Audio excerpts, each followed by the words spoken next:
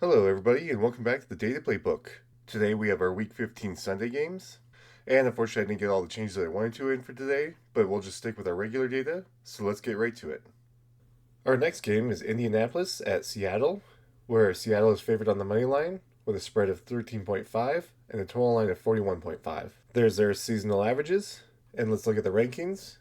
With Indianapolis as a pretty good offense, with a scoring rank of 5, a passing rank of 8, a rushing rank of 6, and a tight end rank of 8.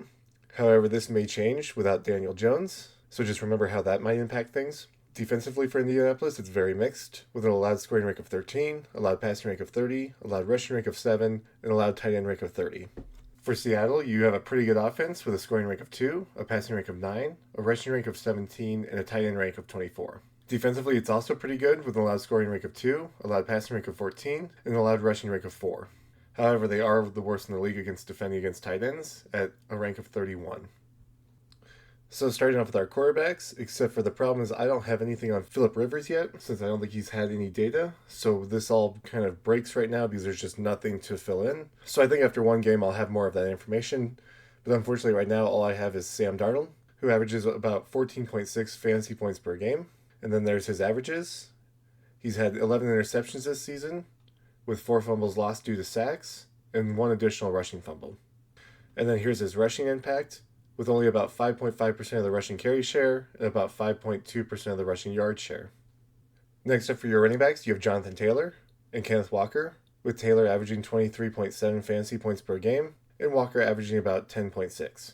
Once again, there's their season averages, and the only turnover this season comes from Jonathan Taylor, with 1 rushing fumble. Looking at their share, though, you have Jonathan Taylor with probably the highest percentage share on his team than any other team, at almost 80% of the rushing carry share and 85.5% of the rushing yard share, with the only other person getting really any rushing yards being Daniel Jones. With Kenneth Walker, you get about 59.5% of the rushing carry share and about 54.8% of the rushing yard share, and that's pretty heavily shared with Zach Charbonnet, who gets over a third of all the carries and rushing yards. Moving into the receivers, you have Michael Pittman and Jackson Smith-Njigba, with Pittman getting an average of 14.1 fantasy points per game, and JSN averaging 22.1.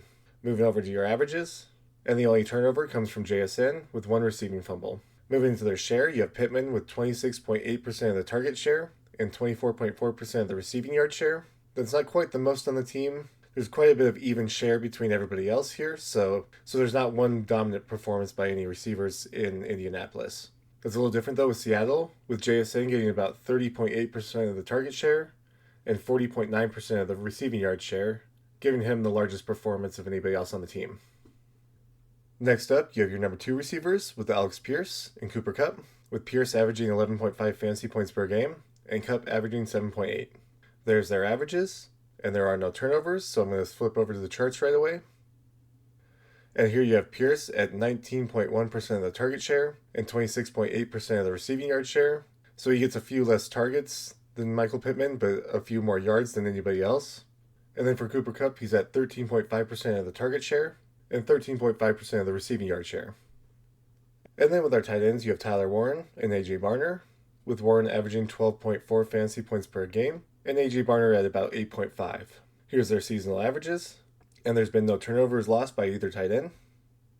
And then for their share, you get Tyler Warren with about 24% of the target share and 24.4% of the receiving yard share, and A.J. Barner gets about 12.7% of his team's target share and about 11% of the team's receiving yard share.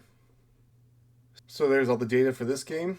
I think some of this might be misleading because now that you have Daniel Jones out, you have Phillip Rivers, and it's hard to know what he'll do exactly and how well he'll connect with the team or which receivers he might like the most. So you might still have a good rushing game from Jonathan Taylor, but I'm not so much sure about the passing game, especially with a Seattle team that's okay at defending the pass, but they also are very good at stopping the rush. I think that's the biggest thing that probably gives Seattle the advantage here. They also have a scoring rank of 2, an allowed scoring rank of 2, beating out both Indianapolis' scoring rank of 5 and allowed scoring rank of 13. And especially, I think they'll tear them up with this passing game of 9 against an allowed passing rank of 30. So I do agree that I think it heavily favors Seattle in this game. And there's all your pregame data. I hope that you enjoyed, and if you did, leave a like and subscribe, and leave a comment on what else you'd want to see in the future. But otherwise, thank you so much for watching, and I'll see you in the next one.